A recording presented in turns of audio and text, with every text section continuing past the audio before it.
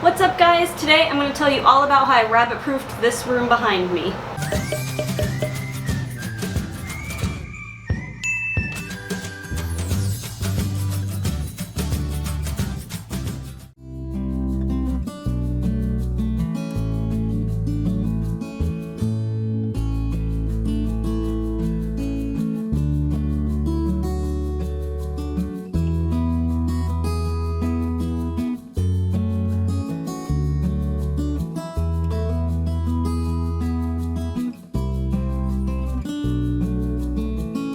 Video, I'm going to be showing you some of the things I've done to make the room pet safe for Billy to be able to free roam in it. Billy no longer has any cage. There's been a couple videos now of me talking about his cage, but they're no longer valid because he's free roam officially.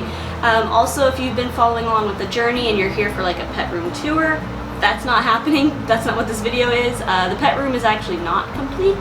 There's a couple things I need to do, like put some more cages in and liners and some other little stuff. Although the room is not done, it is rabbit proofed, and that's what I want to talk about you today. So come on in and we'll actually talk about what this is. So first off, let's talk about the door, because the door is probably one of the most unconventional things about this room, but I actually did this for Billy specifically. If this was just a room full of tanks and cages, I wouldn't do this. This is actually for the rabbit.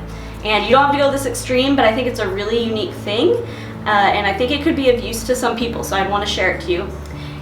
This is what we call a Dutch door, a stable door, a split door. Basically, you start off with one entire door, and then you cut it in half. And so what this basically does, it splits the door so that this bottom half almost becomes like a built-in gate. So remember, like I said, this room is free roam for Billy, and if you don't know, I do have two small dogs, one of them being a terrier, who absolutely adores Billy, but they cannot play together. So I used to have a pet gate and the door, and it kind of became a nuisance because you'd have to deal with the gate itself, opening and closing. Also the gate, as with most baby gates and pet gates, it was just poles, and Billy could actually fit his head through those poles. Also, we still have the main door, so it was just, it sounds stupid, but it was too many doors. So then what I decided to do, I was like, why not do a split door? So a split door is perfect because this is acting as the gate. The door is actually closed and it's solid. Billy can't poke his head through, the dogs can't bother the rabbit. This is a solid door, and I really love it, especially because you may ask, well, why not just close the door when you're not there? Because Billy's in this room alone sometimes, and honestly, this room gets a lot of light to it, and so I really like this door because I get to leave the top half open, which lets the light from this room into the house and lets house noises into the room, so that way Billy can still hear us when we're home. He knows when we're nearby, he can hear us approaching the door. If the door was closed and I go to open it, I don't know where Billy is at behind the door. I can't just quickly check on him, but with this, the door stays closed, but I could just be walking by, peek my head in, make sure he's okay, and keep going. Okay, let's go ahead and talk about some other things that I did to pet-proof the room, because I'm sure that's a rare thing you're probably gonna do, but I have other ideas that are really, really good, and I'm really proud of it. I found this, so I wanna show it to you. It's on the floor. I really wanna show you is the baseboards. This is my genius idea of this room.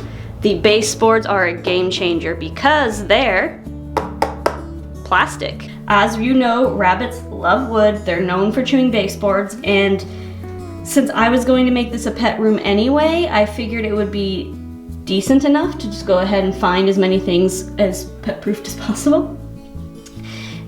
And again, I know this is a thing that you might not possibly be able to do in your house, but I want to remind you, you can change out your baseboards. I took up the old ones that were wood, and then I put in these new plastic ones, and they are really, really great. You just drill in these brackets in the wall, and then they snap right on. They have corner pieces that come with them, so they become one seamless piece. I'll show you the outer edge corner. So there's an outer edge, and they all kind of lock into place, and you can easily cut them with a saw as well. These things are awesome, and so now Billy's not going to chew the baseboards because they're not wood.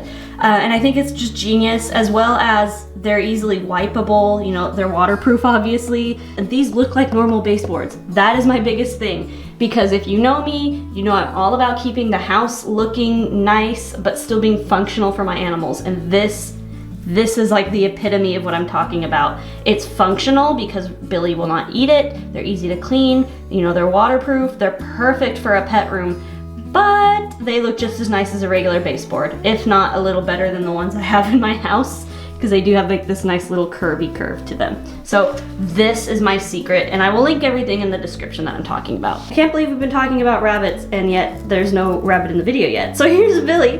What I did here in this space, this little crevice right here, this is his litter box food area. So kind of the necessities station, which also I recommend kind of keeping together because you can service everything all in one area. It's so much nicer that way, guys.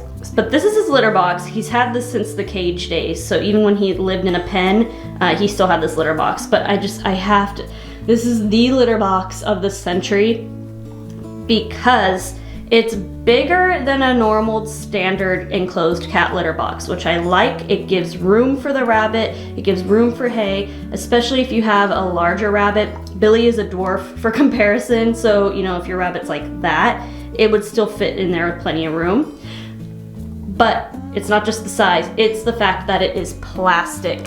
And again, the form and the function, perfect here, right? It looks so nice. It looks like a piece of furniture. It looks wooden. It blends in nicely with the decor. In here, I kind of have a theme of blue and whites, as you can see, but they come in other colors like brown and black. So you can get the perfect color for your house. And like I said, they look wooden, they look like furniture, but they're plastic as well. So Billy's not gonna be chewing on this, as well as it's a litter box. So internally, what I like is if he misses the litter box or there's hay or anything gets out of it, this is plastic, so it's very easy to wipe this down. You don't have to worry about, you know, wood getting rotten or destroyed from the urine from your rabbit. It's perfect.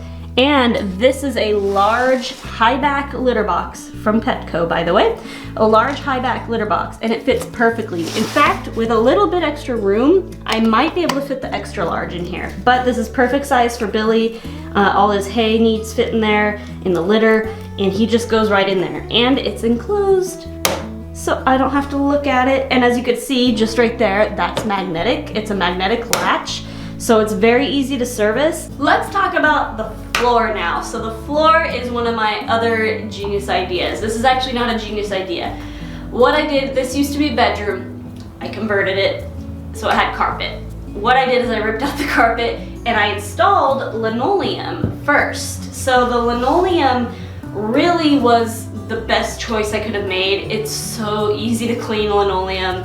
Also, Billy's not gonna end up chewing up any carpet. With this, you see the liquid sitting on top and you wipe it up. You see the dirt or the soil or whatever. You see fur, you can easily vacuum it up. This is so easy to clean and manage. And if you don't want to change out your entire flooring and you're like, oh no, you know, I can't install linoleum, my solution is go ahead and buy the linoleum. Buy it. And just lay it on top of your flooring.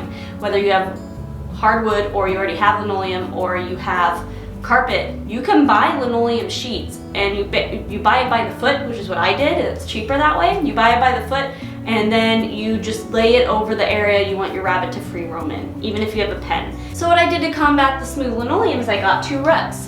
This is all I really needed to fill up most of the space. If you have a larger space, you can get more small rugs or a couple larger versions of these.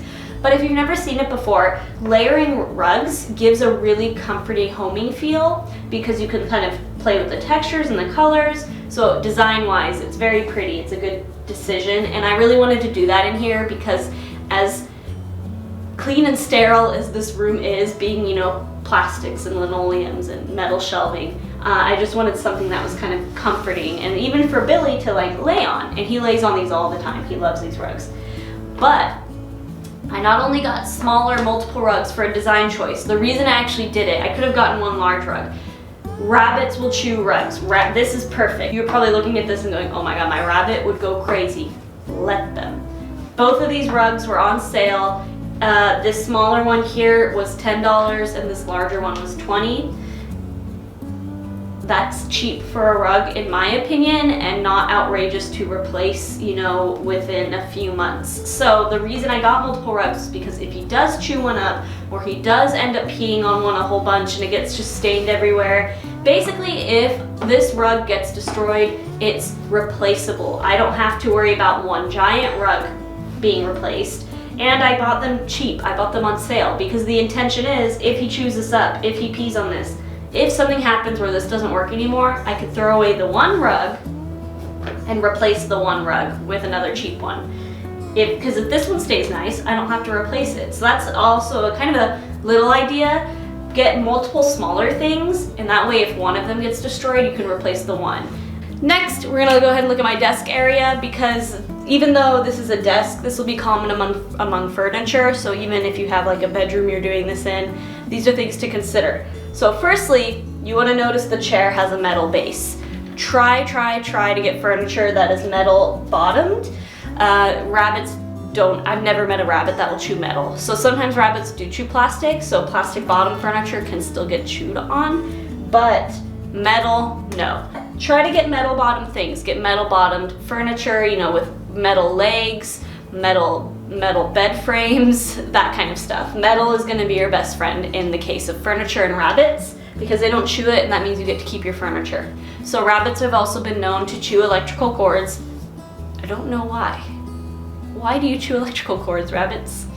Why? So what I did for the back of the desk is I just have all my cords running freely in the back, like as many as I need. They make kind of pet-proof tubing that you can run cords through, but this being a laptop, and honestly a lot of my electronics are mobile, like I have an iPad, you know, my webcam, I want to be able to take those things and I need to unplug and plug. So what I did is I just plug everything that needs to be plugged, and then I have the plastic panels from his old pen. These are actually his old pen panels, tongue twister. And I just shoved them up under the desk. They happened to be the perfect size, so if I do need to access cords, I just kind of open this up, you know, pull the panel out, and then I can access all of my cords right here behind.